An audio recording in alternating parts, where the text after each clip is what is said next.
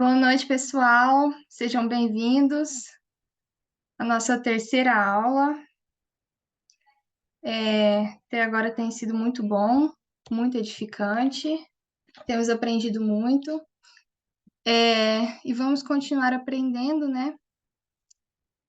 Para que nós possamos cumprir a nossa vocação, o nosso ministério. Vamos estar orando para já começar a nossa aula. E aí o pessoal já vai entrando, tá bom? Oremos.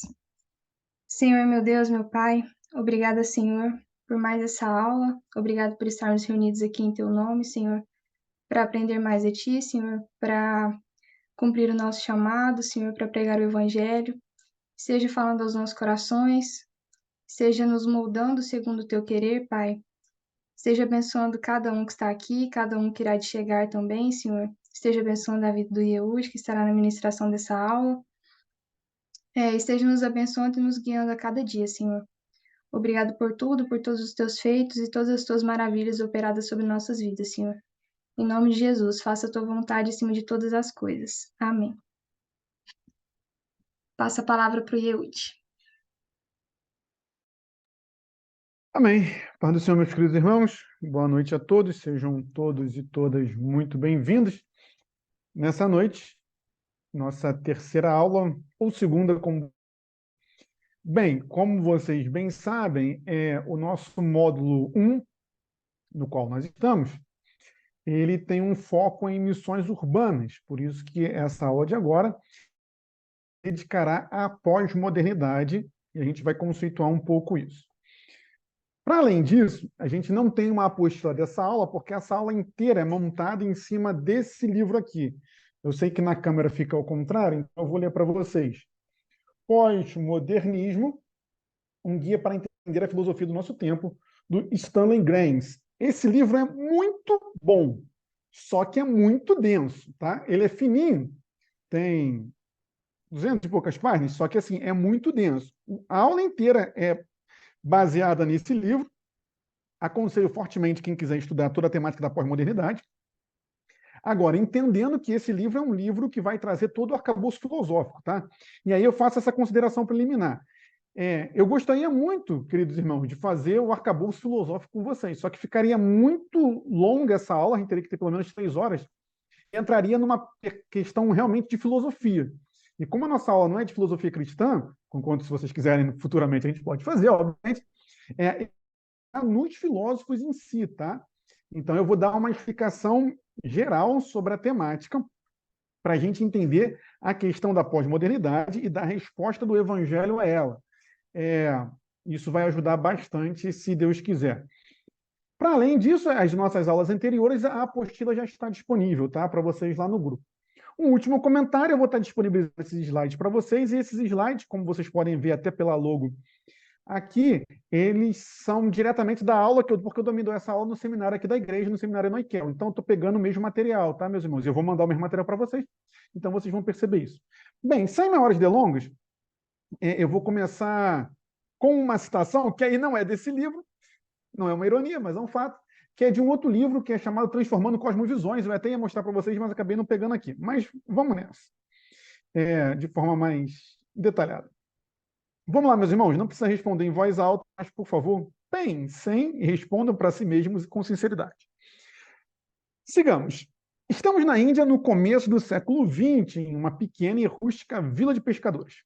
Papaya é um desses pescadores. Homem simples, analfabeto. Nunca segurou um livro. Sua preocupação é se conseguirá levar comida para sua esposa e 5 filhos no final do dia. Pescaria, assim, nada a pescar. Papai está voltando para sua casa, preocupado no que a sua família irá comer nesta noite. Então, só para dar o contexto. A gente está na Índia, começo do século XX, diante de papai, um pescador analfabeto, que o que ele conhece é o pequeno vilarejo dele. Não conhece nada além disso. Conhece a família dele, conhece as tradições familiares e conhece principalmente a preocupação de alimentar seus filhos. Essa é a vida de papai. Papai acorda, pesca, em prol de ganhar dinheiro. Não, em prol de alimentar seus filhos. Essa é a vida, assim foi com seu pai, assim foi com seu avô, assim é com ele. Ponto. Continuemos. Após um dia quente e cansativo de intensa pescaria, sem nada a pescar, estou lendo, tá? Papai está voltando para sua casa, preocupado com o que a sua família irá comer nesta noite. Pensando sobre isso, ele vai caminhando quando repara que existe em cima de uma pedra um homem com um livro preto na mão, onde na capa deste livro ele vê uma cruz. Obviamente, papai está passando por um missionário. Vamos lá. Ao redor deste homem, várias pessoas estão prestando atenção no que ele diz. Papai, no primeiro momento, não dá qualquer atenção. Afinal, está acostumado com místicos e mágicos do seu próprio povo. A Índia, naturalmente, até hoje é um país extremamente místico. O hinduísmo conta com mais de 30 milhões de deuses. Por quê? Às vezes pode parecer meio estranho, mas por que 30 milhões? Porque eles acreditam que os seus antepassados se tornam divindades, tá? Não são semideuses, são deuses mesmo. Então, por isso que se fala de um número tão grande, tá? É claro que tem os deuses clássicos do hinduísmo, como Shiva, etc, etc, mas a aula não é sobre hinduísmo. Prossigamos. Mas ao passar pelo homem, segurando o livro de capa preta com uma cruz, o missionário, papai ouve o homem dizer o seguinte: eu conheço aquele que pode matar a sua fome hoje. Nesse momento, papai para. Pois é exatamente isso que ele precisa. Ele não apenas tem poder para acabar com a sua fome física, mas ele tem poder para acabar com a fome da sua alma. Papai automaticamente pergunta em sua mente: quem é esse homem? E quase como que combinado, o pregador responde: esse homem é Jesus. Ele quer salvar a sua vida hoje. Se você agora falar, Jesus, eu te entrego a minha vida, ele vai te salvar. Ponto. Começa a chover. O pregador sai para se proteger, as pessoas se dispersam e com elas papai volta para casa. Meus irmãos, vai aparecer no próximo slide, mas eu faço uma pergunta. Papai ouviu o seguinte: Jesus quer salvar a sua vida hoje. Se você entregar a sua vida para ele, ele vai te salvar. Eu te pergunto, somente com essa informação, papai pode ser salvo? Aí você não precisa responder em voz alta. Reflita. Somente com a informação, Jesus quer te salvar. Jesus quer te salvar, Jesus pode salvar. Se você entregar sua vida para ele hoje, ele te salva. Eu faço uma pergunta para vocês, meus irmãos. Somente com essa informação, é possível ser salvo? Somente com a informação, Jesus é o Salvador, entregue sua vida para ele. É possível ser salvo? Veja, lembre-se do contexto. Papai nunca abriu uma Bíblia, papai não sabe ler, papai nunca ouviu falar de Jesus Cristo. Papai não sabe que Jesus é o Filho de Deus. Papai não sabe nada de Trindade. Papai não sabe nem o que é Evangelho. Mas papai ouviu essa verdade, que é uma verdade óbvia. Jesus é o Salvador da sua alma. Entregue sua vida para ele, ele vai te salvar. A pergunta é, com essa informação, papai pode ser salvo? E aí, existe logicamente uma pergunta anterior a essa. Qual é? O que é preciso ou como se avalia se uma pessoa é cristã ou não? Prossigamos. Vocês vão entender porque eu estou falando isso tudo, tá? Aqui, citando diretamente. Ele não compreende toda a mensagem muito bem. Como hindu, ele adora, aqui está escrito agora, mas adora, Vishnu, o Deus que se encarnou muitas vezes como ser humano, animal ou peixe para salvar a humanidade. Papai também conhece muito dos 330 milhões, eu falei 30 milhões, né? De deuses hindus. O estranho, está falando do missionário, porém, diz que há somente um Deus, e esse Deus se mostrou aos seres humanos apenas uma vez. Além disso, ele também fala que esse Jesus é o Filho de Deus, mas nada diz sobre a esposa de Deus. Tudo isso é muito confuso para papai. Contudo, após ouvir as palavras daquele homem misterioso, algo mudou no coração de papai. E naquela mesma noite ele diz: eu acredito naquilo que aquele homem disse e entrego a minha vida para Jesus. Novamente, papai está salvo? Essa é a grande pergunta. Cristo tornou meu?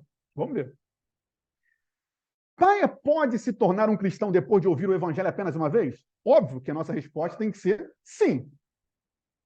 Porque vamos lá, continuando a leitura. Se a pessoa precisa ser culta, ter grande conhecimento da Bíblia ou levar uma vida correta, então as boas novas são apenas para poucas pessoas. E aí eu comento em cima disso. Então a salvação não é mas sim em muitas outras coisas. Só que aí vamos continuar aqui a leitura. Entretanto, qual mudança fundamental ocorre quando o papai responde à mensagem do evangelho com uma fé sincera? Certamente ele obteve alguma informação nova. Ele ouviu a respeito de Cristo e de sua obra redentora na cruz. E escutou uma ou duas histórias sobre a vida de Cristo na Terra. Porém, tal conhecimento é muito limitado. Ademais, o que ele sabe é moldado por suas crenças culturais. Papai não teria condições de ser aprovado no teste mais simples de conhecimentos bíblicos ou teologia. Aí vem a grande questão. Se o aceitarmos como irmão, não estamos abrindo as portas para a graça barata? Eu não vou falar sobre graça barata hoje, especificamente, tá? Mas a gente vai ter uma aula só sobre isso. Por outro lado, então, se o aceitarmos como irmão, não estamos abrindo a porta para a graça barata, só fazer um comentário, parênteses, graça barata é igual a justificativa do pecado e não justificação do pecador. Voltando. O sincretismo é uma igreja nominal? Por outro lado, se pedirmos que ele espere e aprenda mais, o afastaremos. O que deve acontecer para que uma conversão seja genuína, meu querido irmão, querida irmã, missionário, missionário? Muitos missionários buscam evidência de conversão na vida das pessoas, tais como usar roupas, abandonar o álcool, tabaco e os jogos de azar. Recusar-se a se curvar diante dos ancestrais, aceitar o batismo e participar da ceia do Senhor. Frequentar uma igreja regularmente. Essas mudanças são importantes, óbvio, como indicação de conversão. Mas é claro que não implicam necessariamente que as crenças fundamentais foram transformadas. As pessoas poderiam adequar seu comportamento para conseguir empregos, ganhar status e obter poder, sem abandonar as antigas crenças. Elas poderiam dar nomes cristãos a seus deuses antigos, espíritos pagãos, cristianizando a sua religião tradicional. A gente vai falar sobre isso depois. Foi o que aconteceu com as religiões de matriz africana com o catolicismo. Meus irmãos, o que é necessário que a gente diga assim, não, essa pessoa se converteu? De maneira prática, mudança de cosmovisão. E agora eu vou falar sobre cosmovisão. Por que eu fiz esse comentário? Cosmovisão é o termo mais conhecido dentro da teologia, mas se vocês forem ler textos sobre antropologia, vocês vão ler o termo metanarrativa. Cosmovisão e metanarrativa é a mesma coisa, tá? Talvez você encontre alguns autores que discordem disso, mas de forma geral é a mesma coisa. Aqui eu vou usar principalmente o termo cosmovisão. Isso, e aí basicamente, a cosmovisão é o que precisa ser transformado para que uma pessoa se converta. Basicamente, quando a gente entende, quando Jesus Cristo fala assim, as coisas velhas já passaram, eis que se fizeram todas novas, ou a nova criatura, o que nós estamos subentendendo é uma transformação de cosmovisão, ou antropologicamente falando, de metanarrativa. Vou ler o conceito para a gente caminhar. Cosmovisão fica estranho, né? É as crenças, mas tá certo. Cosmovisão é as crenças fundamentais e subjacentes de todos nós. A cosmovisão é o porquê, o motivo que me leva a agir como ajo, que me faz olhar uma pintura, por exemplo, e classificá-la em bonita ou feia. Me faz gostar ou não de alguma coisa. É o âmago que me faz ser o que sou. Em resumo, é aquilo que eu acredito e tenho por verdade, mesmo que inconscientemente me faz ser o que sou. Conceitualmente, são os pressupostos fundamentais cognitivos, afetivos e avaliadores que um grupo de pessoas adota sobre a natureza das coisas e que utiliza para organizar sua vida. Cosmovisão é aquilo que as pessoas em uma comunidade presumem como realidade certa. Eu gosto muito desse final aqui. São os mapas que elas têm da realidade e que utilizam para viver. A cosmovisão é aquilo que nós somos, são as nossas crenças fundamentais, e por serem fundamentais, obviamente, fundamentam toda a minha vida.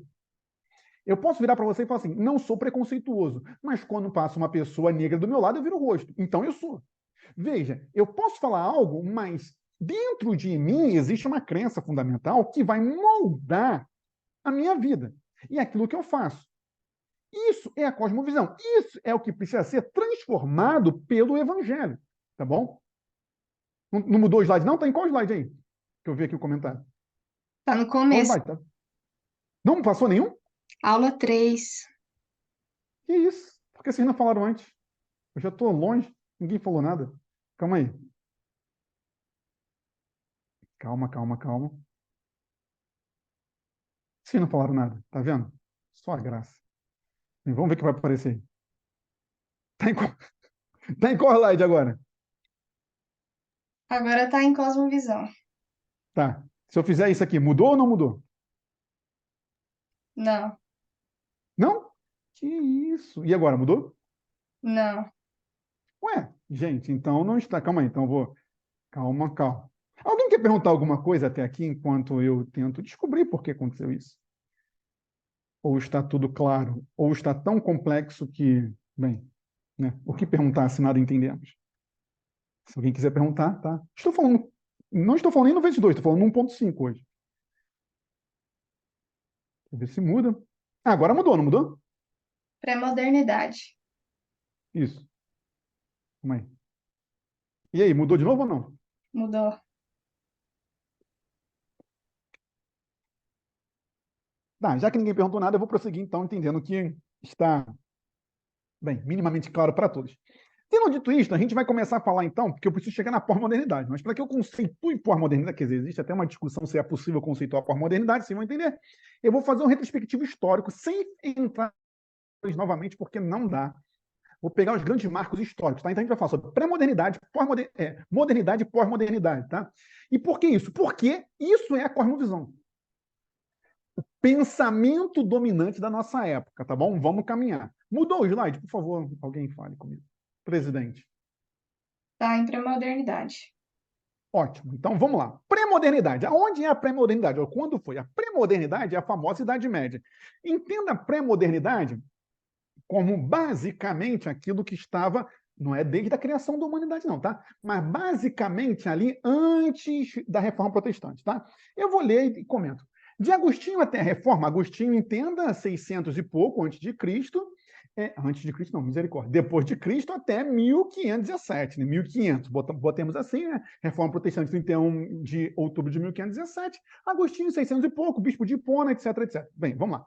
De Agostinho até a Reforma, os aspectos intelectuais. Gente, só fazer um parênteses aqui. Se não ficar claro, por favor, perguntem, porque a gente vai numa toada de raciocínio, tá?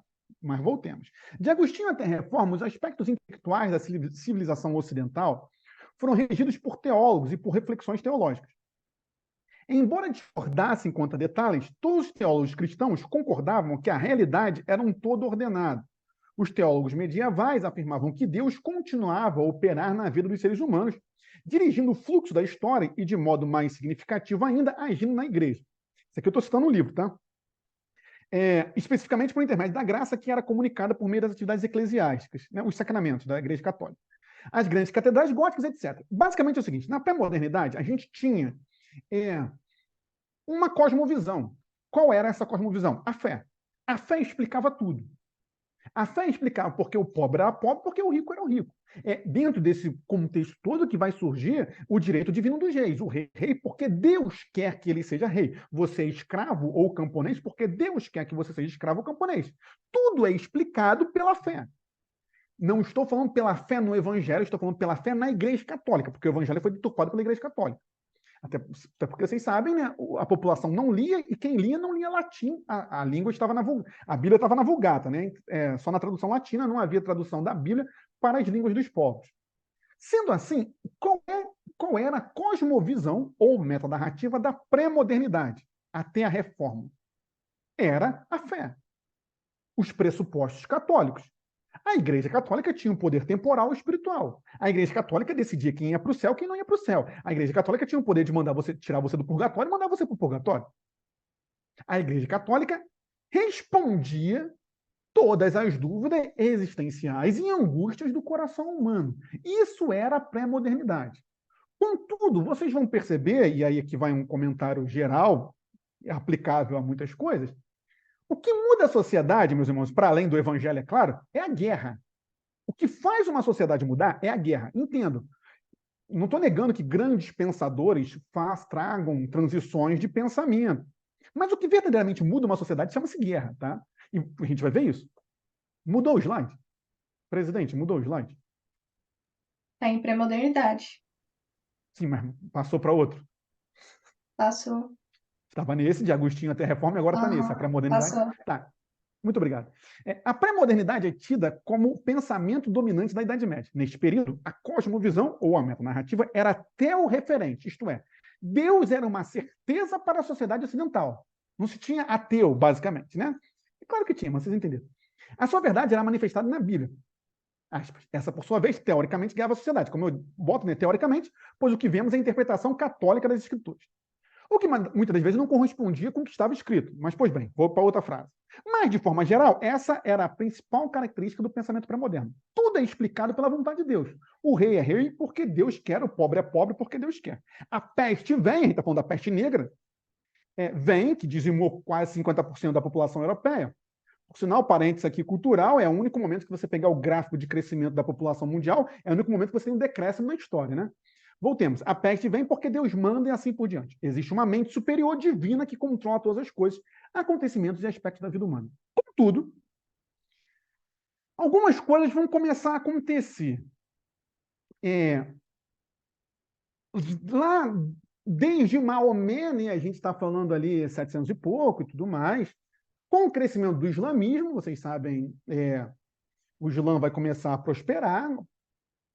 Posteriormente, ali em 1000 e pouco, esses séculos assim iniciais do ano 1000, né? Vai ter o primeiro grande cisma da igreja, quando a igreja de Constantinopla vai se dividir da igreja de Roma, né? Que vai surgir a igreja ortodoxa russa, aquilo que a gente conhece como igreja ortodoxa russa hoje, e vamos ter a igreja romana, é muito interessante, vale muito a pena, a gente vai ter uma aula sobre a história das missões, e conquanto não seja história da religião, a gente vai comentar um pouco sobre isso. É muito interessante porque o bispo de Roma vai excomungar o bispo de Constantinopla e o bispo de Constantinopla vai excomungar o bispo de Roma. E é um momento que a gente tem dois papas, um papa de Constantinopla e outro papa de Roma, porque a capital do império fica em Constantinopla. Então a gente tem o poder imperial em Constantinopla, mas Roma, teoricamente, segue a tradição apostólica. Aqui a gente tem o primeiro grande cisma. E aí, além disso, o crescimento do islamismo, com as cruzadas, que não vai trazer benefício nenhum para ninguém. Além disso, os conflitos internos e políticos entre Roma e Constantinopla, aquilo que eu acabei de falar, os escândalos papais, quem não sabe, mas dá uma pesquisada aí sobre o Papa Rodrigo Borgia, ele é... Bem, só fazer um comentário aqui. Gente, só fazer um comentário dentro do comentário. O bom de dar aula com vocês, assim, que a gente pode conversar de forma muito aberta sobre vários temas, né? Eu não sei se vocês sabem, mas um comentário é que o livro O Príncipe de Maquiavel foi escrito para o filho do Papa Rodrigo Borgia, tá? Que eu agora não lembro qual é o nome papal dele, eu só lembro o nome de batismo dele. Então vocês vejam, o príncipe lá do Maquiavel, o maquiavélico, ele era filho do Papa, sendo que ele matou o irmão e tinha um caso com a própria irmã, a Lucrécia Borgia. Então, assim, vocês veem que a família não era um negócio muito legal e a população toda estava vendo isso. Bem, mas voltemos para cá, senão eu vou muito longe. Aqui, vou continuar a leitura. Nesse contexto, a reforma protestante também vai dar uma batida nisso tudo, tá bom? Mas o que realmente vai romper? O que vai romper com a pré-modernidade é quando a gente entra na Guerra dos 30 anos.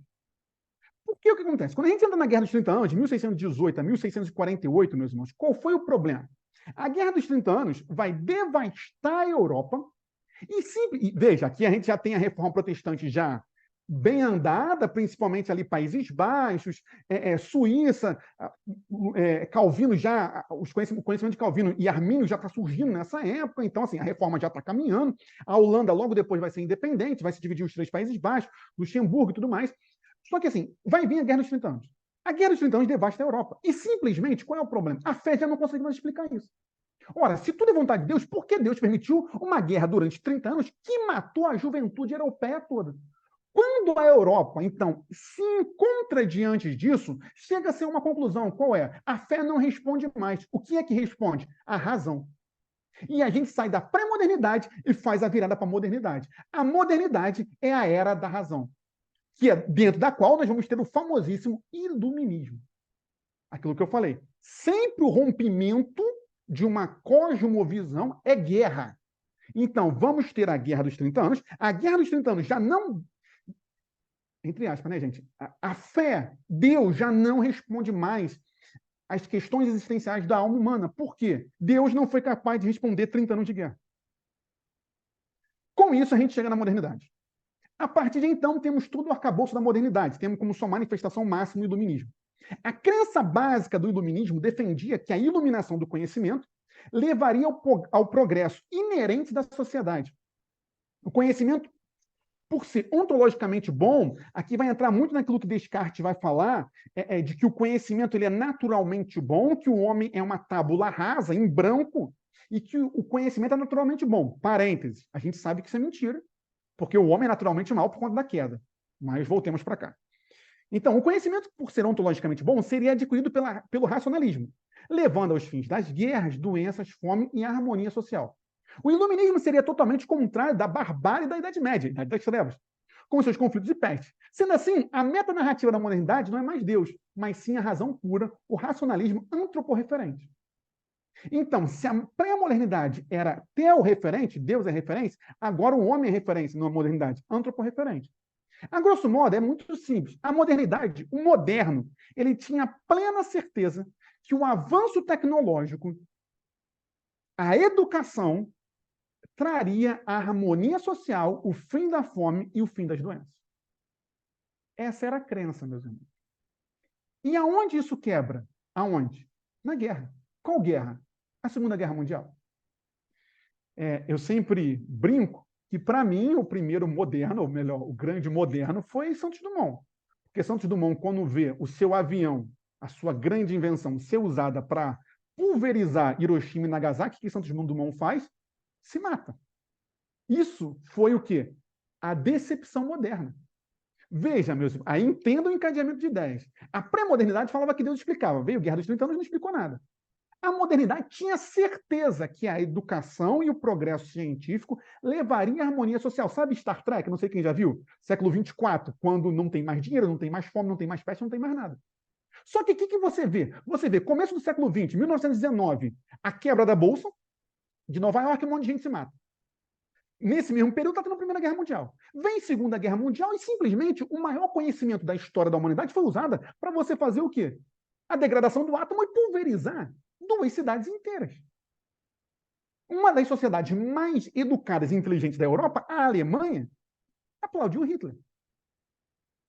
Essa é a grande decepção moderna, que vai aparecer aqui, olha só. Além de supor que o conhecimento é exato e objetivo, os pensadores iluministas supõem também que ele é inerentemente bom, aquilo que a gente falou, né? Para o cientista moderno, por exemplo, a descoberta de que o conhecimento é sempre bom é axiomática. Essa suposição da bondade inerente do conhecimento torna otimista a perspectiva do iluminismo. Enquanto a perspectiva pré-moderna é uma perspectiva fatalista, as coisas são porque Deus quer que seja assim, eu sou miserável porque Deus quer, a perspectiva moderna é otimista. Não, a gente vai se desenvolver, as coisas vão melhorar. Ela conduz a crença, estou lendo, de que o progresso é inevitável, que a ciência associada ao poder da educação acabará por nos libertar de nossa vulnerabilidade à natureza, bem como de toda a escravidão social. Só que uma das maiores, se não a maior frustração da humanidade, qual foi? As 2 grandes guerras. Quando o modernismo viu, estou lendo, tá? A obliteração de Nagasaki e Hiroshima, toda a sua pretensão de progresso ruiu de uma vez só.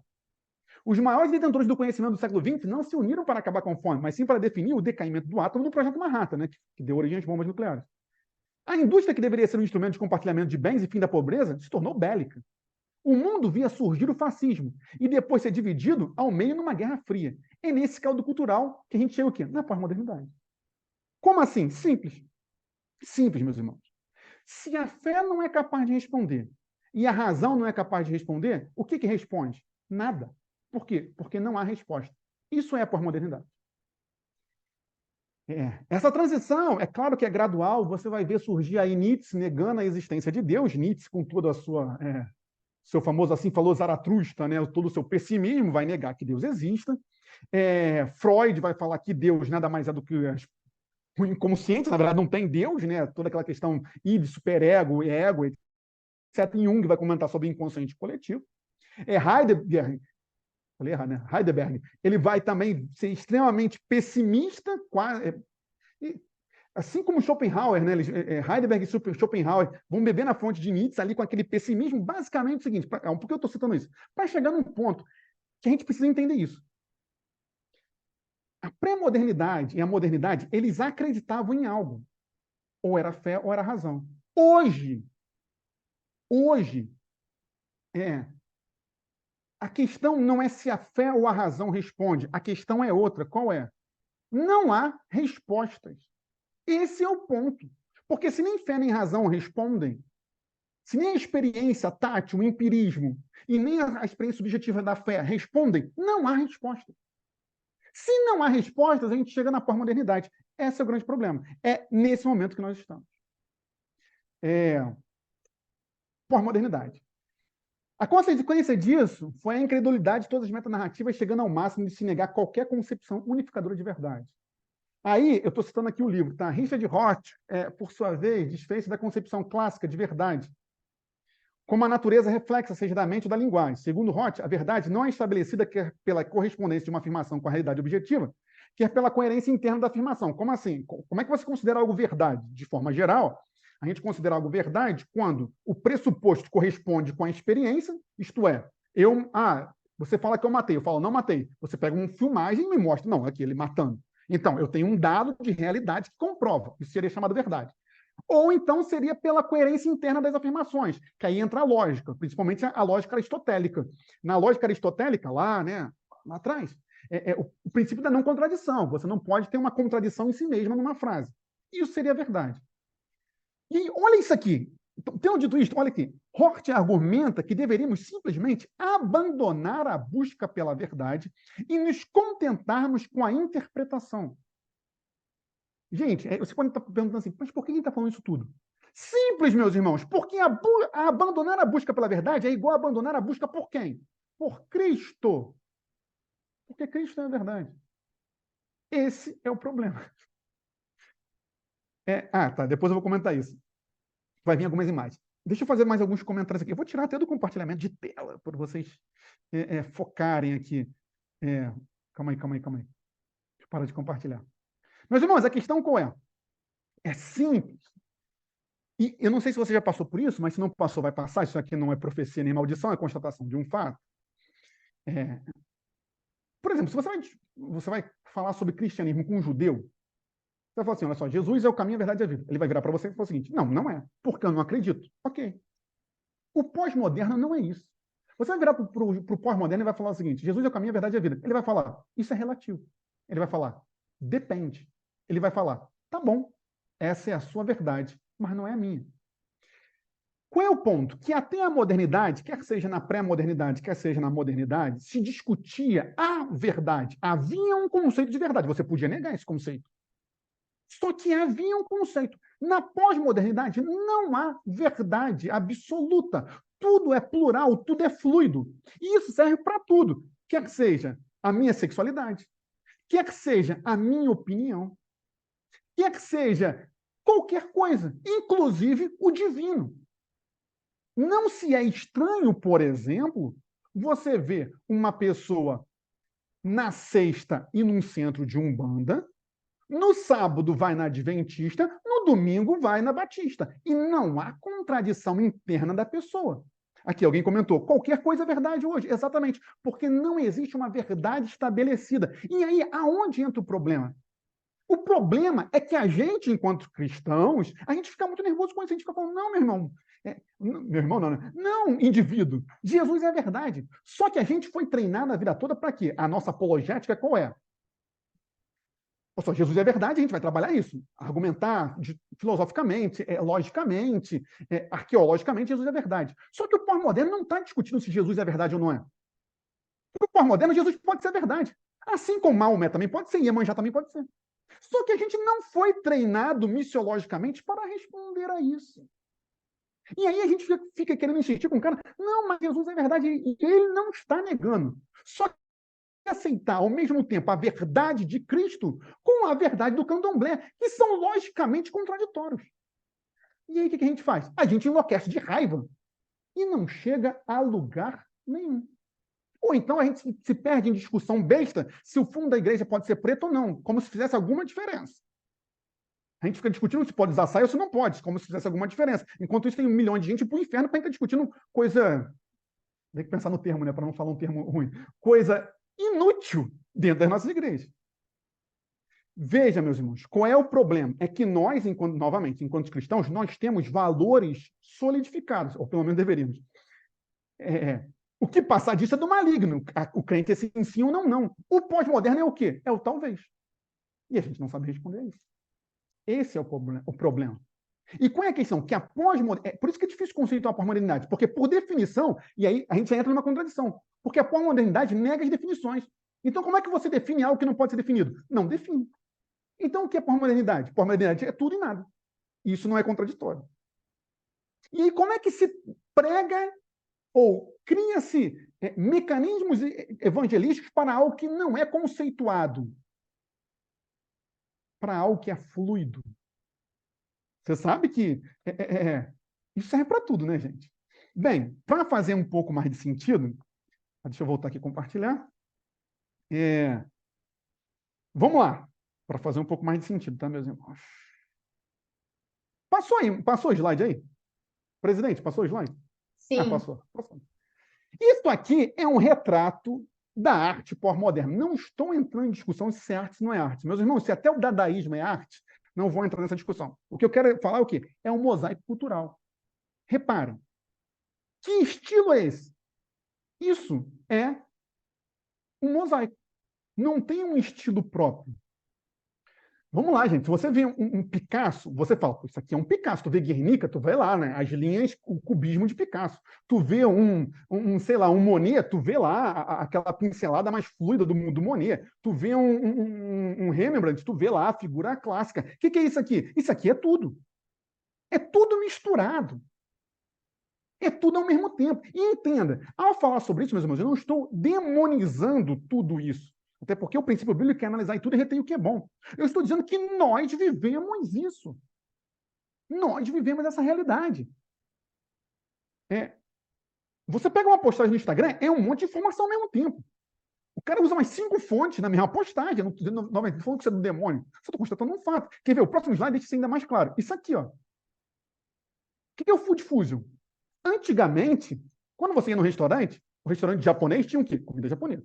O restaurante. Passou o slide, né? Vocês estão vendo aqui o slide de comida, não tá? Sim. Muito obrigado. O restaurante japonês tinha japonês. O restaurante de pizza tinha pizza. O restaurante de comida brasileira tinha feijoada. Hoje em dia, tu vai no restaurante e come a pizza de feijão com sushi. Hoje em dia, e a gente procura isso, veja. Até às vezes a gente fala assim: vamos fazer uma reunião da igreja. Vamos naquele restaurante porque tem comida para todos os gostos. Isso é o quê? Pós-modernidade. Você acha que na era moderna haveria um restaurante com tudo? Não. Não. Porque as coisas eram totalmente definidas, normatizadas. Na pós-modernidade isso acabou. Isso, inclusive, na comida. Veja, isso aqui é pecado? Não, eu estou demonstrando um fato sociológico, um fenômeno sociocultural. Isso aqui, gente, eu acho um retrato maravilhoso. Veja, eu acho essa imagem muito boa, porque tu tem desde sacolé aqui embaixo, eu não sei se na sua cidade é sacolé, din-din, seja lá qual for, tem 1 milhão de termos para isso, né? Aqui no Rio de Janeiro é sacolé. Até espetinho tem um monte de coisa. Isso é o quê? Pós-modernidade. Veja, isso aqui, as roupas. Qual é a questão das roupas?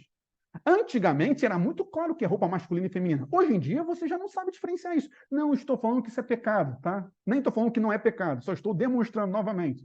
O corte da calça, eu não estou falando que o corte da calça feminina tem que ser apertado, por favor. Só estou comentando sociologicamente o fato, ou antropologicamente. Antigamente, o corte da calça jeans feminina, ele era bem mais justo. Hoje em dia, tanto a calça masculina está mais justa, quanto o corte está mais reto. O que é uma roupa masculina e uma feminina hoje em dia? Não se tem uma clareza. O mesmo vale para as cores, né? E aí, novamente, a gente vai falar que é errado, que rosa só pode usar menina e azul só pode usar menino? Não. Não, claro que não. As cores são, né? Veja, o que é isso? Pós-modernidade. Por que eu estou mostrando isso? Para não parecer que eu estou falando de algo assim, tá vendo? Nós somos os santos, nós não estamos nisso. Não, nós estamos inseridos nisso, tá? Porque isso vai bater na igreja. Bater no sentido assim, vai ter significados para a igreja. Mas eu vou comentar isso. Isso aqui eu acho fantástico. Não sei se vocês já foram numa festa assim, ou se vocês conhecem. Veja, isso aqui é uma festa. E cada um está ouvindo a sua música. Estão vendo que cada um está com seu fone? Cada um está ouvindo a sua própria música. O cara pode estar ouvindo Beethoven e o outro pode estar ouvindo Sepultura ao mesmo tempo e o outro ainda pode estar ouvindo, sei lá, Diante do Trono, simultaneamente. Olha só que coisa fantástica. O que é isso? Pós-modernidade. Essa festa é o quê? É uma festa, sei lá, sertanejo? É uma festa, é um festival de jazz e blues, como tem aqui em Rio das Ostras? Isso aqui é uma festa, é uma rave? Não, é o quê? É tudo. Você ouve o que você quiser. Isso é o quê? Pós-modernidade. Só fazer um comentário. Vocês sabem que agora a nova identidade não apresenta mais o campo de sexo, né? Então, hoje em dia não tem mais o campo sexo. Tá? Não estou falando que está certo nem que está errado, só estou comentando novamente. Isso aqui eu acho maravilhoso, né? Por quê? Vocês estão vendo uma obra de arte. Você aí, meu irmão, minha irmã, que se mata de trabalhar o mês todo para ganhar um salário mínimo, veja. Artista italiano vende obra invisível por R$ 93.000. Você fala assim, impossível. Não, não é, porque a obra existe para quem? Na mente dele. Minha vontade é quando eu dou essa aula, é parar essa aula aqui e produzir obras invisíveis. Mas do Senhor é o ouro e a prata, glória a Deus. Por isso, ainda bem que no céu as obras não são invisíveis. Mas voltando para cá. O que é isso? Pós-modernidade, meus irmãos, pós-modernidade. Vamos lá. E aí, de modo prático, deixa eu só baixar aqui que o negócio fica aqui na minha frente, não consigo. De modo prático, pós-modernidade nega que haja uma verdade absoluta, orientadora da realidade, uma ordem natural das coisas. Alguma coisa, o que quer que seja, que consiga dar sentido para toda a realidade. O que existe são apenas interpretações da realidade que os grupos sociais dão para legitimar sua existência. Ou seja, não há verdade. Há aquilo que as narrativas culturais consideram como verdade. Não há verdade. Se não há verdade, não há evangelho, meus irmãos. Entenda. Tá? Alguém quer falar alguma coisa? O marketing é maravilhoso, realmente. Alguém quer comentar alguma coisa? Alguém quer perguntar alguma coisa, gente? Que agora a gente vai. Falem! Se quiserem, né? Vocês podem estar falando assim, essa aula não é certa nem errada, né? Seria um comentário bem pós-moderno, né?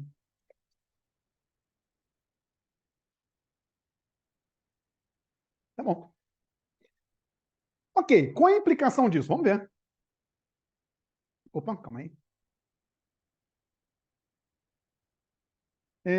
Aqui. Os estudiosos não estão de acordo quanto às implicações do pós-modernismo.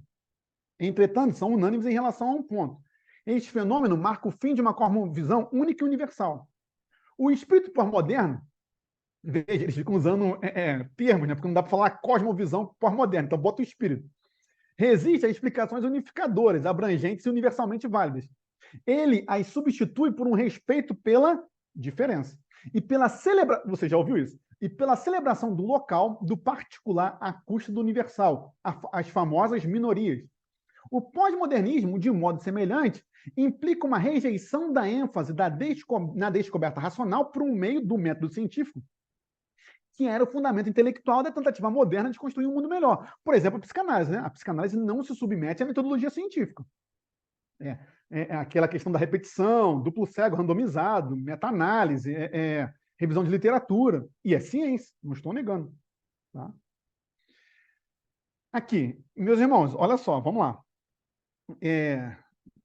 Os pós-modernos creem que não somente nossas crenças específicas, mas também nossa compreensão da própria verdade encontram-se enraizadas na comunidade na qual participamos. Segundo os pós-modernos, a verdade consiste nas regras básicas que facilitam o bem-estar pessoal na comunidade e o bem-estar da comunidade como um todo. Em suma, a verdade é um conceito sociológico e não ontológico. Não existe uma verdade normativa, até porque falar em algo normativo soa o quê? Opressor. Mas existe uma verdade sociológica em que a minha realidade sociológica interpreta aquele fato de determinada forma. Portanto, isso se torna verdade. E se o meu grupo social interpreta aquele fenômeno de uma forma e o seu de outra forma, as duas verdades são válidas, ainda que uma contradiga a outra. Meus irmãos. Vamos lá, seguindo.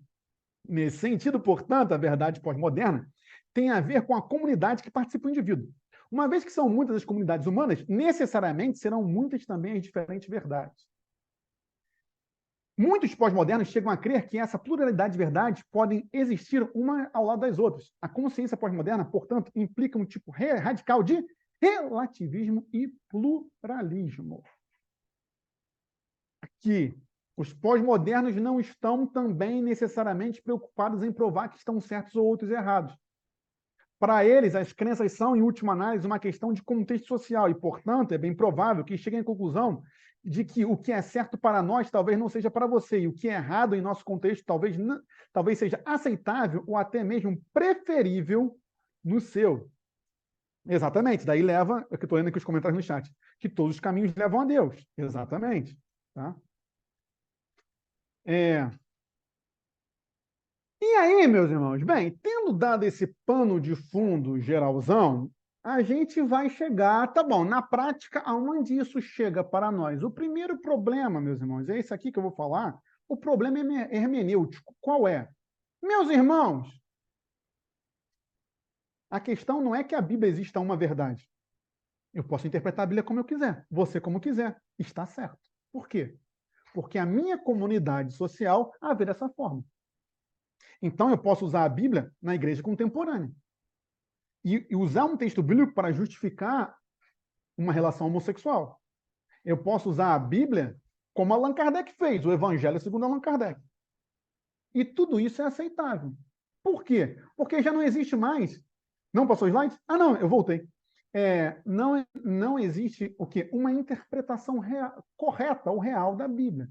Nós, cristãos protestantes, entendemos que a interpretação bíblica ela é histórico-gramatical. E aí, quem já teve aula de hermenêutica conhece bem esse termo. Quem não conhece, eu vou explicar. O que é histórico-gramatical? Simples. Qual é o primeiro princípio basilar da hermenêutica? Hermenêutica é a arte da interpretação bíblica, tá, meus irmãos? Hermenêutica é igual à arte da interpretação bíblica.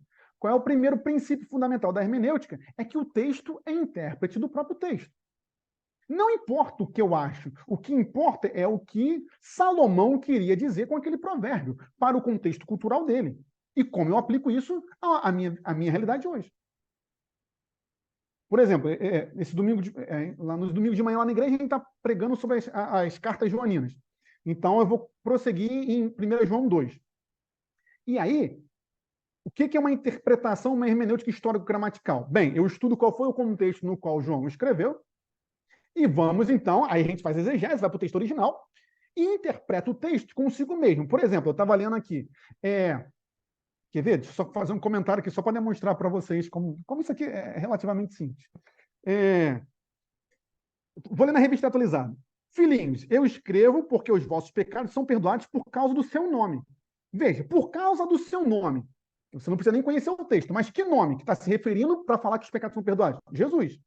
As traduções mais modernas até já acrescentam Jesus, tá? Por exemplo, a NAA, a NVI bota. Mas por que eu estou dizendo isso? Isso é uma interpretação histórico-gramatical. Dentro da história e da gramática, eu consigo, sem nenhuma dificuldade, entender que quando João escreve que os pecados são perdoados por causa do seu nome, esse seu nome refere-se a Jesus Cristo. Isso é uma interpretação histórico-gramatical. Agora, a interpretação relativista não diz isso.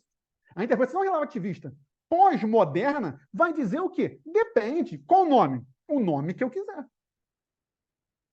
Qual é o grande problema, meus irmãos? Porque a pós-modernidade impacta diretamente na interpretação bíblica. E aí surgem frases como: a Bíblia precisa ser atualizada.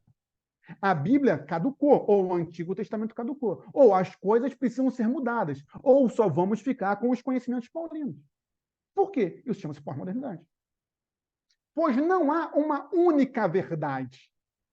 Existem múltiplas verdades, que, na verdade, são interpretações. Então, eu interpreto como quiser.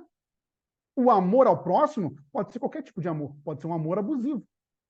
Pode ser um amor violento. É amor. É a minha interpretação do que significa amor. Vamos lá. Isso aqui foi só para comentar rapidamente a questão do problema hermenêutico. Passou o slide aí? Sim. Sim, não. Sim, muito obrigado. Vamos lá. O problema hermenêutico. Se a verdade nada mais é do que a interpretação que um grupo social tem sobre a realidade, contudo, essa interpretação ainda é limitada, pois só temos aquilo que nossa experiência permite que vivamos. Ou seja, quando o autor escreve um texto, ele possui todas as vivências de sua experiência. E por meio delas, ele dá significado a seus escritos. Contudo, nós, por mais que possamos até pesquisar sobre a cultura e a vida daquele autor, que é o que a gente faz na nossa interpretação bíblica, jamais sentiremos o que ele sentiu, jamais vivenciaremos a mesma experiência que ele viveu. Pois cada um de nós somos seres únicos e singulares. Portanto, não é possível que haja um só significado sobre um texto, pois jamais viveremos as mesmas experiências que o autor. Nem mesmo o próprio autor poderá dar o sentido final, pois sempre que ele escreve, ele está permeado por questões de outros autores, as quais ele não viveu suas vidas. E mesmo que falasse apenas de assuntos concernentes a si mesmo, as condições psicológicas em que estava exatamente naquele momento jamais serão as mesmas. Sendo assim, segundo Dilth, somos herdeiros de um acúmulo de sabedoria humana expressa nos costumes sociais ou na tradição. Esse corpo crescente de experiência ajuda-nos a ordenar o fluxo de nossa experiência, orientando-nos na edificação de um sistema metafísico coerente, a cosmovisão. Então, o que ele está dizendo aqui é o seguinte: nós temos uma cosmovisão, ponto. É preciso reconhecer que nossas experiências de mundo são finitas, diz ele. Por isso, não devemos reivindicar a exclusividade total para a verdade da cosmovisão que construímos. Só então, ao compreendermos outras cosmovisões, seremos capazes de alargar nossa visão e, com isso, começar a lidar com a visão completa e equilibrada das coisas. Meus irmãos, isso chama-se o quê? Ecumenismo. Quando se coloca um pastor, um padre, um babalorixá, um rabino na mesma mesa. Eu estou falando que não tem que ter diálogo? É claro que não, tem que ter diálogo. O que eu estou falando é que Jesus Cristo não senta na mesa de outros deuses. Esse é o ponto. Tolerância religiosa não é concordar com a verdade do outro. Tolerância religiosa é respeitar a religião do outro. São coisas completamente distintas. Só que isso sou o quê? Agressivo. Isso sou o quê? Fascismo. Isso chama-se pós-modernidade. De modo semelhante, argumenta Dilthey, os filósofos devem evitar a tentação, olha isso mesmo, a tentação de crer na existência de um sistema metafísico válido universalmente. E entenda isso aqui como o quê? O Evangelho. O Evangelho é um sistema metafísico válido universalmente. Ele afirma que os objetivos de empreendimentos, tais como o religioso, o artístico e o filosófico, não é o descobrir a existência de alguma ordem objetiva, Deus, e sim dar expressão às várias maneiras por que a mente se esforça para unificar essa experiência. Aquilo que eu falei de Heidegger, né? Chama a nossa atenção para que entendamos o ser em relação a todas as três dimensões da temporalidade, passado, presente e futuro. Eu não vou entrar muito nisso aqui, senão... Aí eu falei que eu não entro na filosofia, né? Ou seja, aqui, olha que interessante. Ao fazê-lo, diz ele, descobrimos que o ser abrange a ausência bem como a presença. Deus é ausência e presença. Gente, isso aqui quebra o cristianismo, né? Eu não vou continuar lendo aqui, porque isso aqui é um pouco complexo. Então, qual é o primeiro problema, antes de eu pular? É o problema hermenêutico. Isso bate diretamente na Bíblia. E isso tem influenciado cada vez mais as pregações. E ao influenciar cada vez mais as pregações, influencia cada vez mais a propagação do Evangelho. Cristo deixa de ser a única verdade. A interpretação de Cristo enquanto única verdade deixa de existir. Meus irmãos, cuidado. E aí esse é um alerta que eu faço a todos nós pregadores. Quais têm sido as nossas pregações? Será que as nossas pregações não estão enviesadas por um pluralismo e uma fluidez de uma tolerância ao pecado e não ao pecador?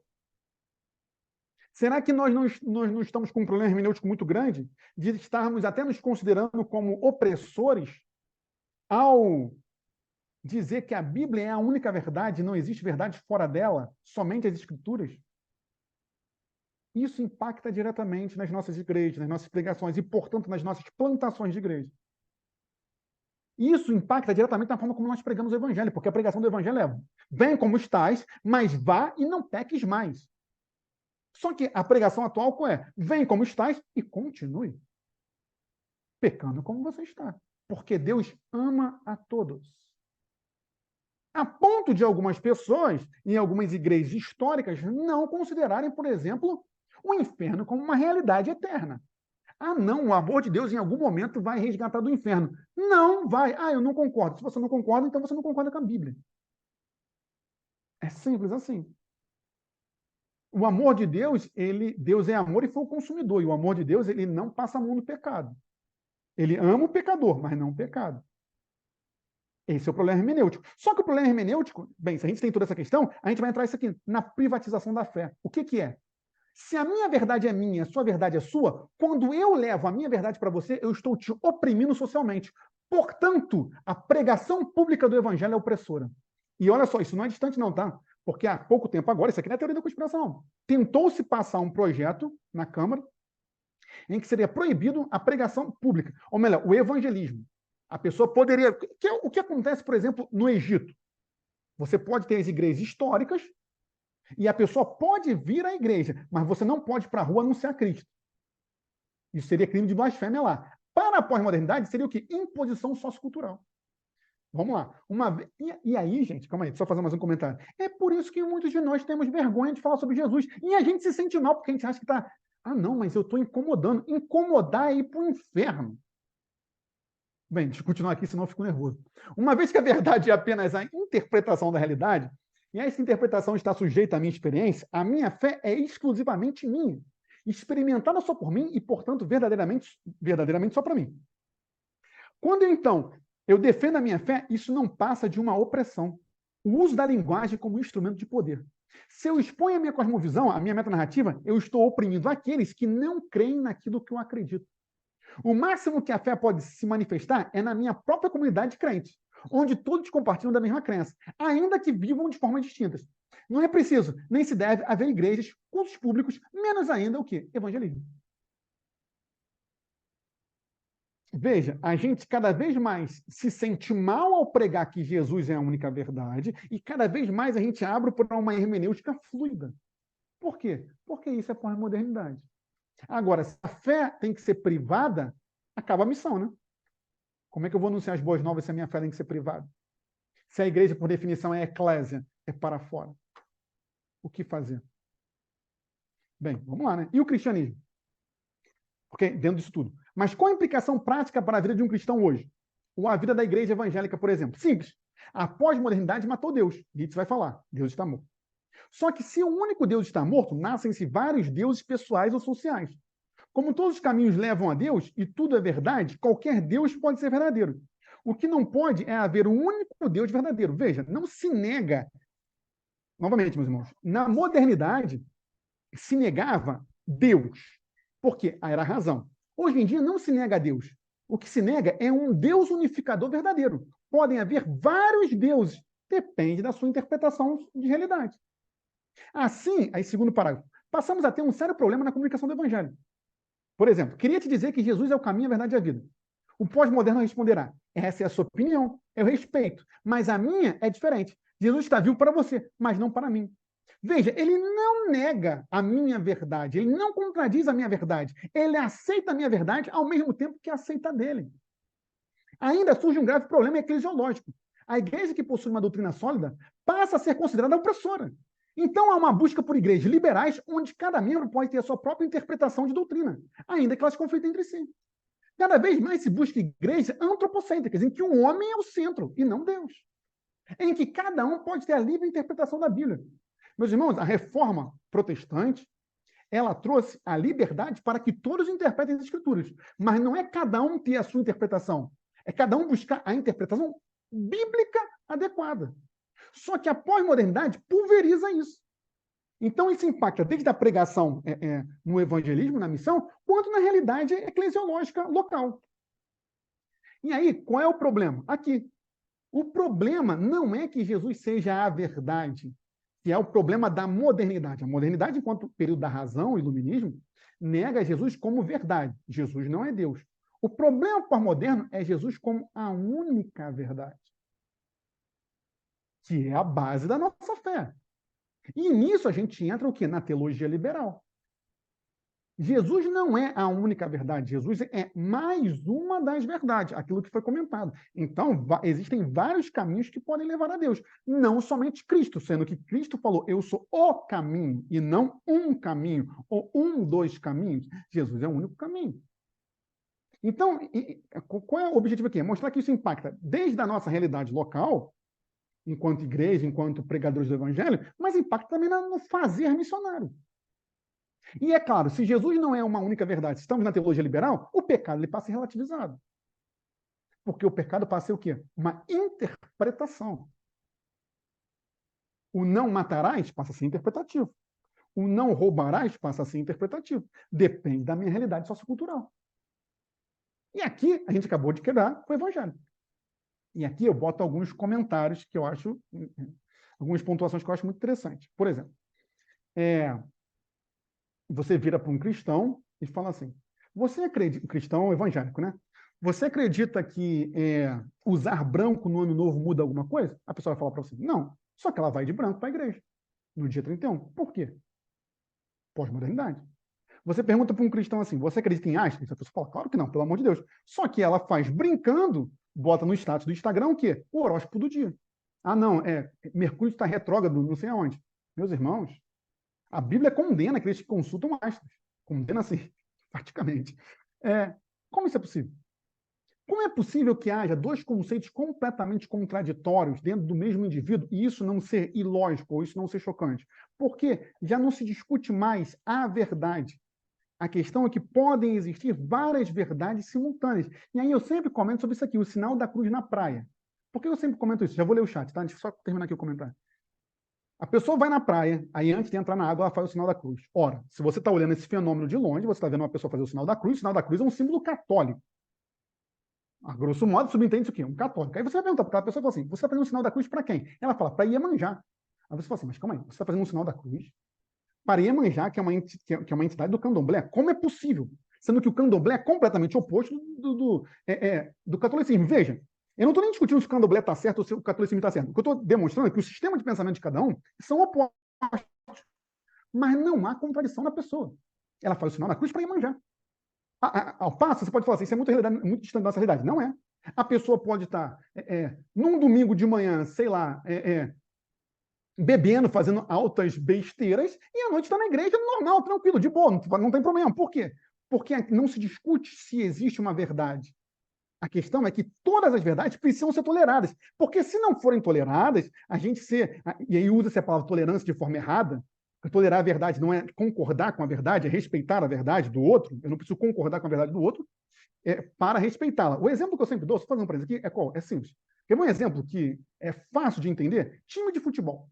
Eu sou flamenguista, você é vascaíno. Ok. Eu não preciso concordar com a sua verdade que o Vasco é o melhor time do mundo. Eu preciso respeitar. Isso é tolerância. A partir do momento que eu tenho que concordar, eu não tenho como um flamenguista concordar que o Vasco é o melhor time do mundo. Veja, só que a pós-modernidade consegue conciliar essas duas visões que são antagonistas, ou melhor, antagônicas. E aí, meus irmãos, novamente, aonde isso impacta na gente? Simples. Que a gente é treinado naturalmente nos nossos seminários para quê? Para discutir a verdade. Cristo é a verdade. Só que quando a gente vai pregar nos grandes centros urbanos, ninguém está discutindo, ninguém vai chegar para você e falar o seguinte, não vai ter aquelas antigas discussões de tipo, vamos discutir se é Jesus, se não é Jesus, se Jesus foi 100% homem, se foi 100% Deus, se foi os dois, se não foi. Não se vai discutir isso.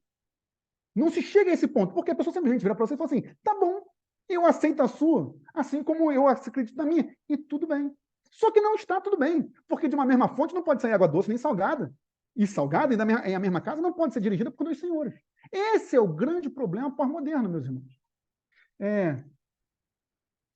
Você tem esse comentário aqui da Camila, muito bom, mas é também por falta de conhecimento. Veja, o pós-moderno vai responder isso como assim? Da seguinte maneira, mas conhecimento é relativo, porque conhecimento para você pode não ser para mim.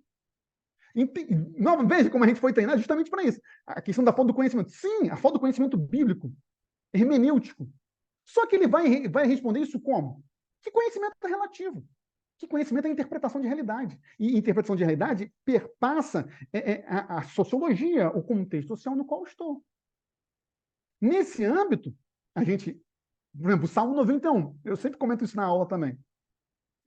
Na época da faculdade, eu tinha aula na Santa Casa de Misericórdia, aqui no Rio de Janeiro. E aí, bem, a Santa Casa é uma instituição católica, né? Ou pelo menos originalmente católica. E aí tinha uma Bíblia, sabe aquelas Bíblias católicas bonitonas, cheias de gravura, com dourado ao redor e tal, aberta no Salmo 91. Assim. Mas claramente ninguém mexia naquela Bíblia assim há 500 anos, que estava cheia de poeira. Aí eu decidi fazer como eu posso dizer assim, uma análise sociológica. Eu passei, virei a Bíblia, a página para o Salmo 92, e fui lá para a enfermaria e tal, não sei o quê. Quando eu voltei, o que tinha acontecido? Alguém tinha posto novamente no Salmo 91. Eu te pergunto, meus irmãos, o poder está na página do Salmo 91? O poder está no Salmo 91 em si. Então, assim, rasgou o Salmo 91, acabou. O poder está na placa, o Senhor é meu pastor, no adesivo do meu carro, o Senhor é meu pastor, nada me faltará. Só que, veja, a gente passa a trazer elementos místicos para dentro da nossa fé e não acha isso errado ou estranho. A gente não acha errado ou estranho doutrinas completamente opostas e contraditórias simultaneamente funcionando. Tá? Sim, a Bíblia virando amuleto, é exatamente isso. Amuleto é um termo bem antropológico, né? A Bíblia é exatamente isso. Vou botar a Bíblia assim, pronto. Quase que a cruz, sabe filme de vampiro, que tu aponta a cruz assim e o cara fica, né? O vampiro sai correndo, quase que isso. E aí, isso, a gente chega no famoso ecumenismo. Novamente, meus irmãos, eu não estou. Você pode, é interessante, né? Olha como as coisas são interessantes. Só o fato de eu falar sobre ecumenismo, eu ter que me justificar que eu não estou falando sobre intolerância, já mostra como a discussão da verdade, hoje em dia, é visto como intolerância, né? O que é ecumenismo?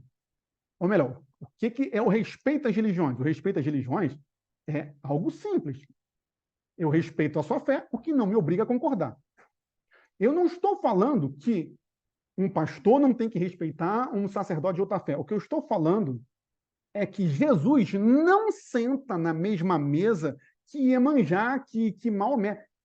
Cristo não senta na mesma mesa que outras divindades. E isso não é só conceitual, não, tá? Isso é prático. Existe uma passagem no Antigo Testamento em que se pega a Arca da Aliança, foi pega pelos fariseus, meu Deus do céu, não tinha fariseu naquela época, errei aqui, foi pega pelos inimigos do povo de Deus e foi levar para o templo lá de não sei quem. Deixaram lá a Arca da Aliança. Quando chegam no dia seguinte, o que aconteceu? Todos os totens, todas as estátuas quebraram na perna e estão curvadas diante da Arca da Aliança. É exatamente isso, meus irmãos.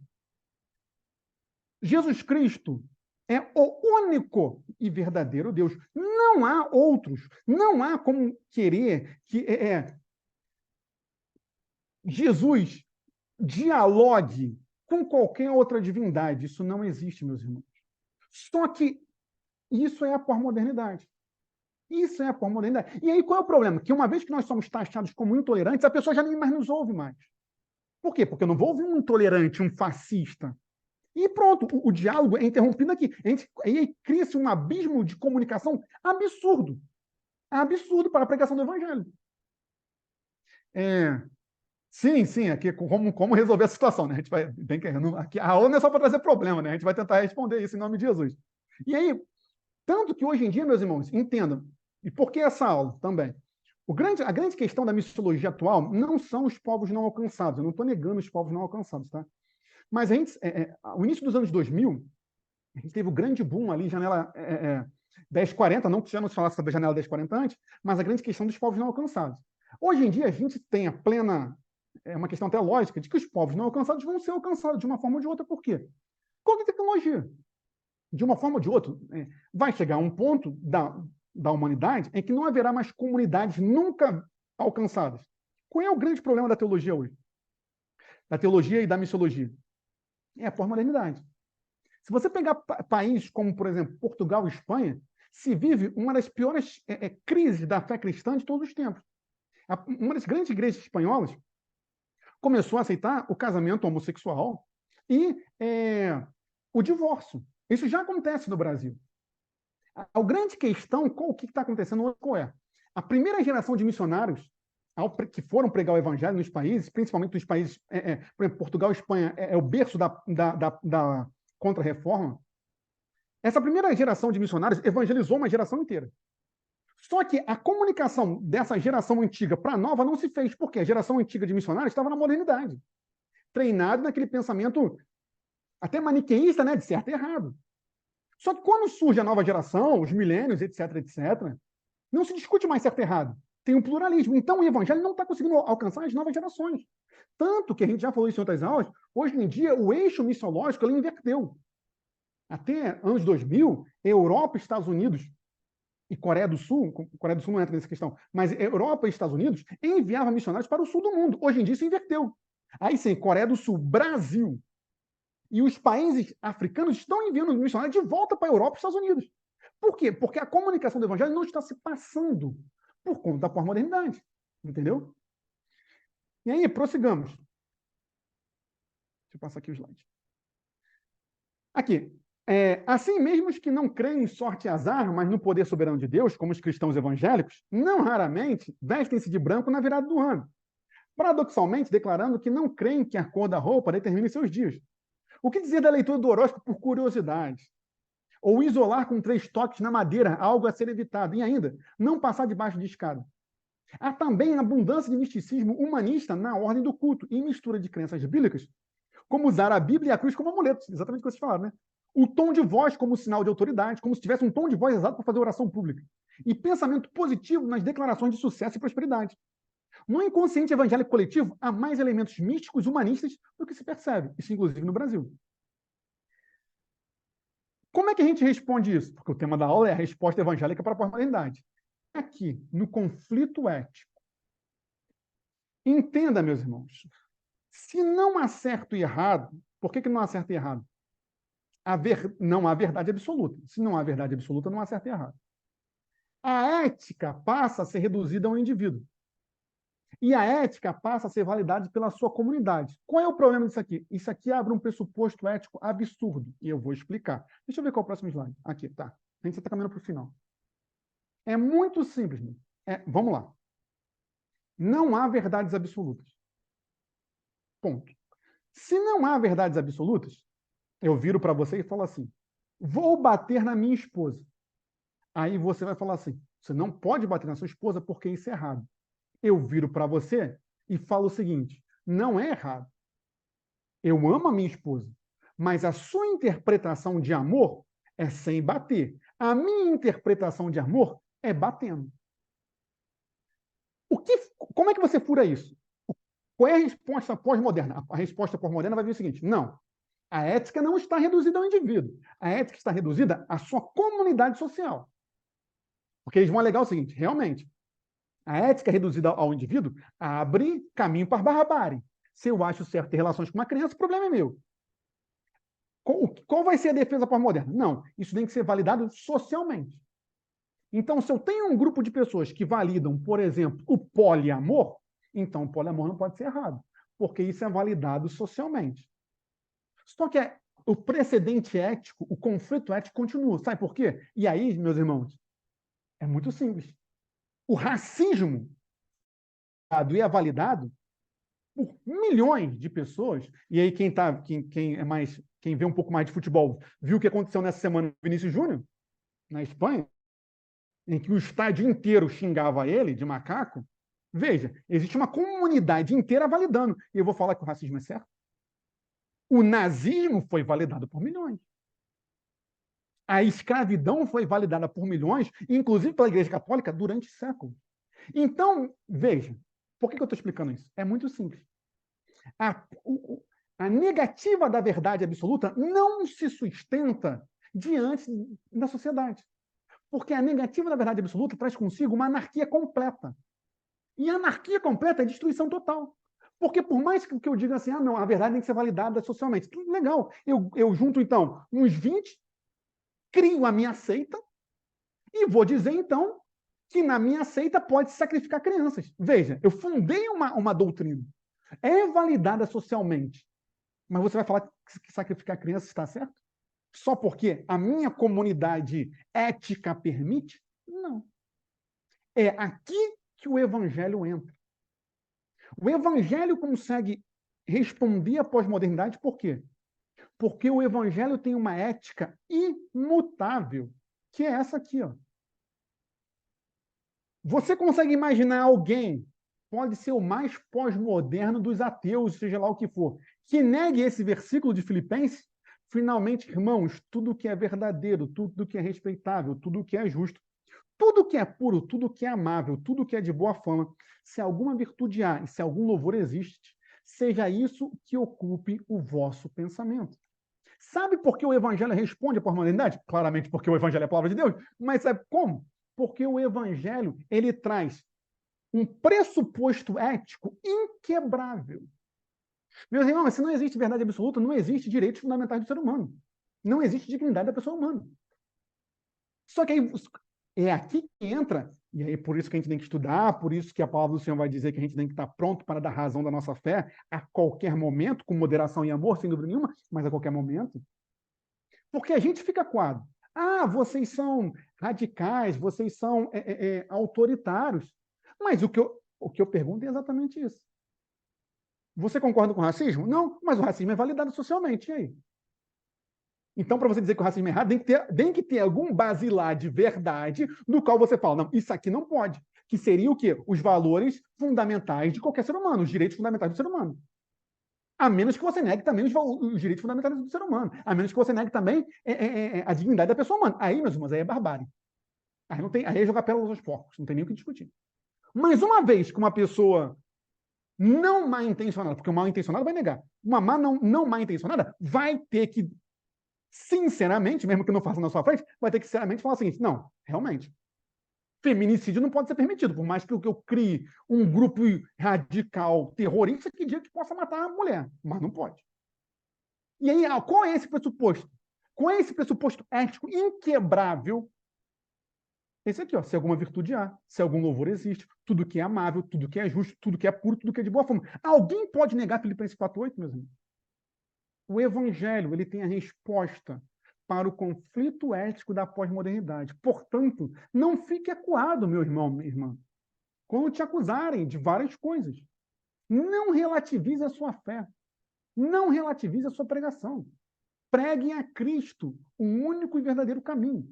Porque somente Cristo, meus irmãos, responde ao âmago das necessidades humanas, porque Cristo é o pressuposto ético inquebrável e que todo ser humano busca, porque desde o jardim, nós que fomos Deus, e as duas primeiras aulas falam sobre isso, buscamos essa harmonia que foi quebrada pelo pecado.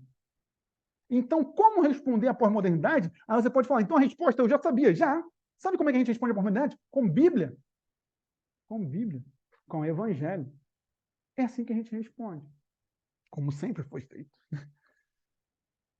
Então vamos lá, o conflito ético. Isso pode parecer não trazer implicações práticas. Eu vou abrir para perguntas, tá?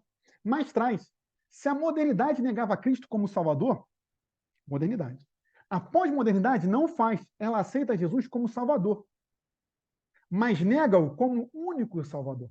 Você pode ter o Jesus que você quiser, o profeta do islamismo, o ser humano iluminado do espiritismo, e todos eles podem coexistir no mesmo indivíduo.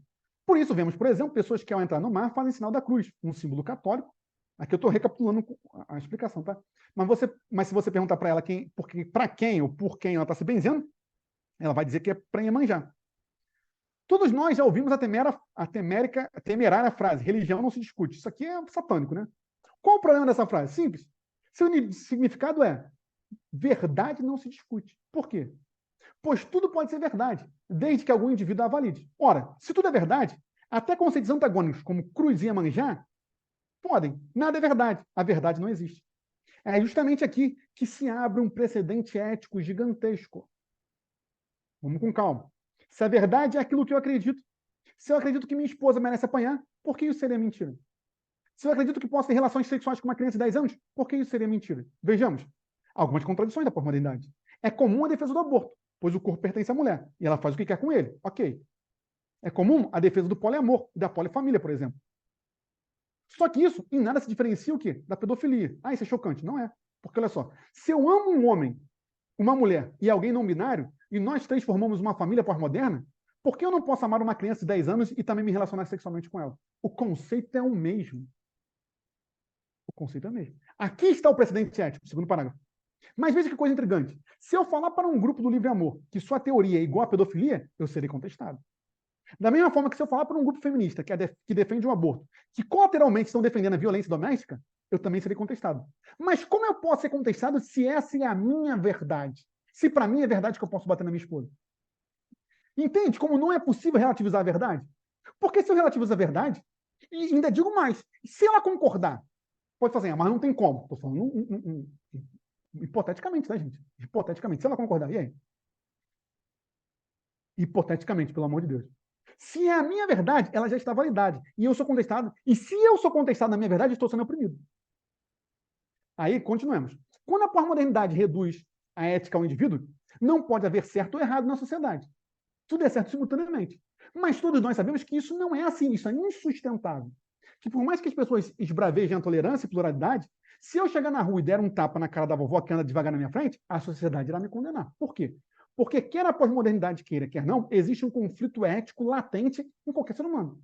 A grande questão é que a pós-modernidade em si não consegue dar conta de respondê-lo. Por quê? Porque a única coisa que responde ao conflito humano é o quê? O Evangelho de Cristo, meus irmãos. Aí, vamos lá. Isso aqui já foi explicado, por isso que eu estou lendo. Contudo, alguém poderia levantar a mão e dizer, depois eu leio aqui o chat, a pós-modernidade não defende o pluralismo individual, mas sim o pluralismo coletivo, validado por um grupo social específico, como as comunidades feministas, LGBTQIA+, etc.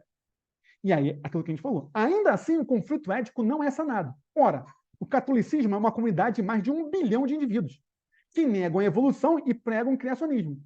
A pós-modernidade não aceita o criacionismo. Ou a mutilação tão comum em países africanos islâmicos. É validado por milhões de seguidores da Sharia, a doutrina da espada islâmica. Mas veja, se você condena a violência doméstica, precisa necessariamente condenar a mutilação, ainda que seja culturalmente aceito. Isso mostra que o fato de algo ser culturalmente aceito não torna esse fato certo. Mas para eu afirmar isso, eu tenho que ter uma verdade. Deixa eu ver aqui o comentário. Vou. Cadê? Deixa eu passar aqui os slides. Bem, então, aquilo que a gente falou. O nazismo foi socialmente aceito. Ou, se a gente voltar um pouco mais, a escravidão era socialmente aceita em toda a Europa, inclusive na Igreja Católica. Ou seja, algo ser culturalmente aceito por um grupo não sana o vazio ético da pós-modernidade. Por quê? Aqui, meus irmãos, porque somente o cristianismo responde ao vazio ético. Por que matar um ser humano, estuprar um semelhante, roubar, são todas práticas nefastas? Pois todos nós somos igualmente dignos. Por quê? Porque todos os humanos são iguais. Mas da onde vem isso? Da filosofia? Não, vem do quê? Do famoso imago Dei, o quê? Imagem de Deus. Uma vez que todos fomos feitos em imagem de Deus, somos iguais. Deus fez todos os humanos à sua imagem, portanto, não pode haver humano mais digno que o outro. Mas isso é um pressuposto do quê? Cristão evangélico, meus irmãos. O cristão possui uma resposta ética para o mundo, que é a sua base ética imutável. Qual é? A Bíblia.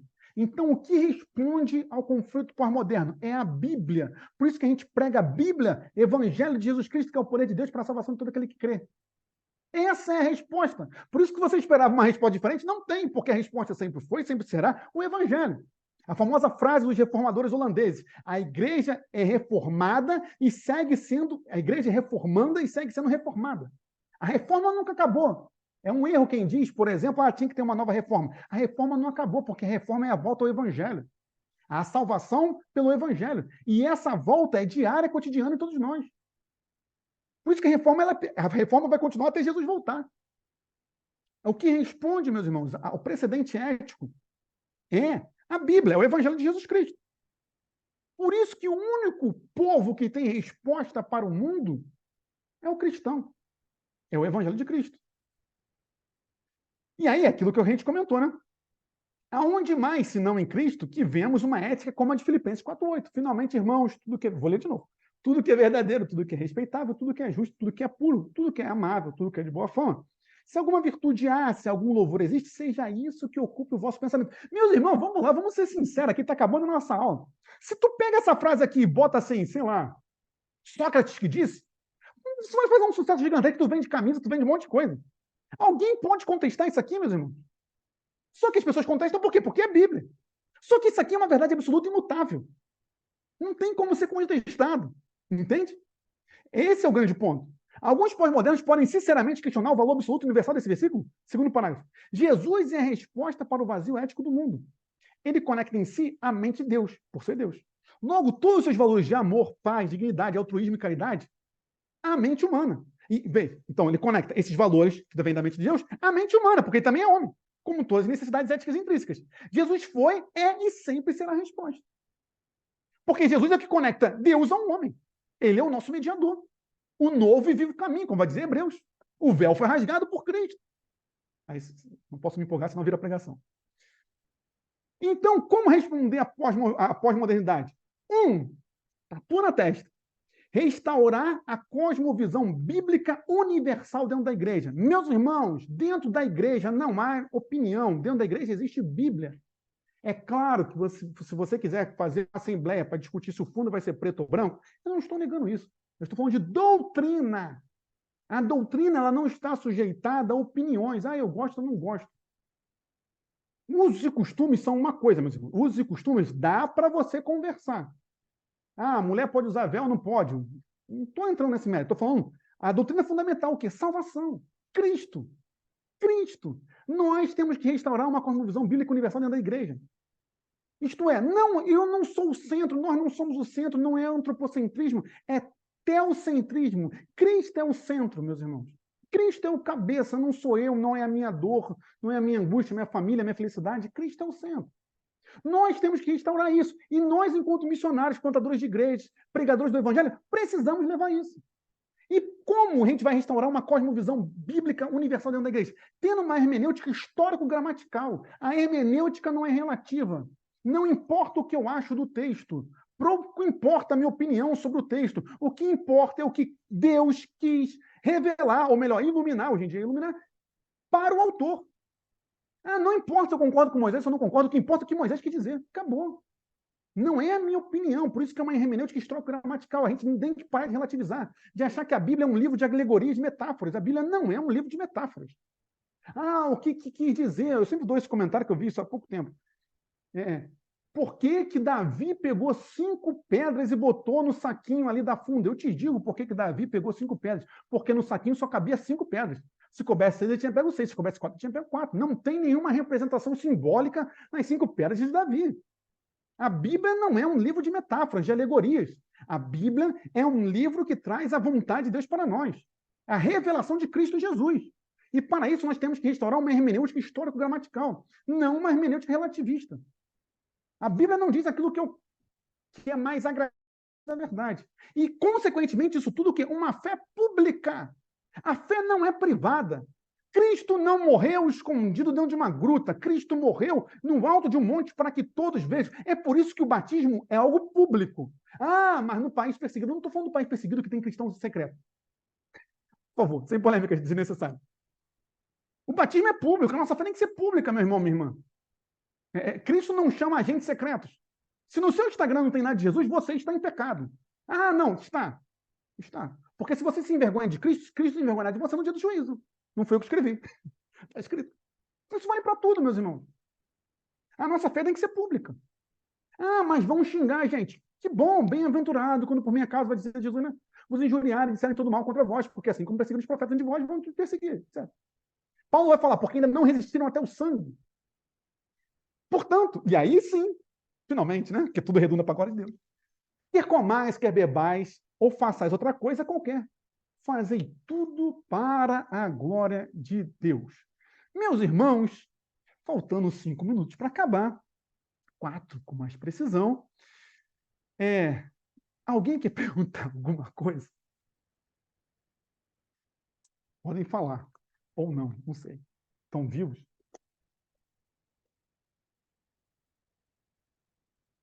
Tá bom. Então, passo a palavra para a nossa presidente, para as considerações finais.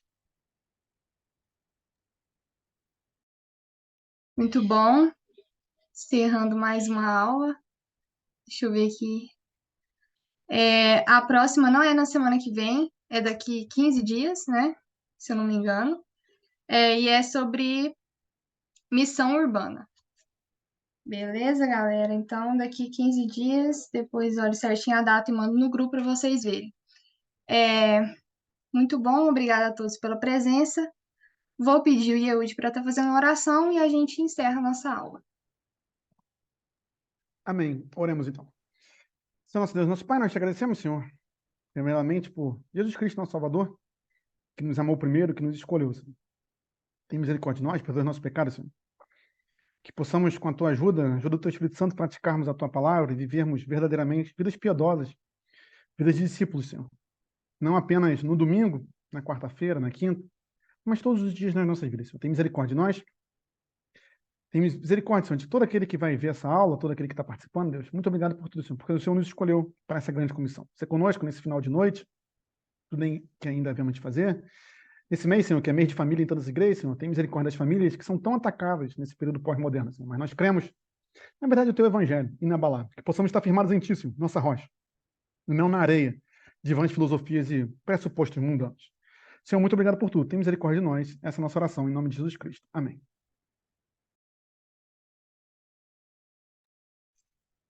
Tenham todos uma boa noite e até a próxima aula.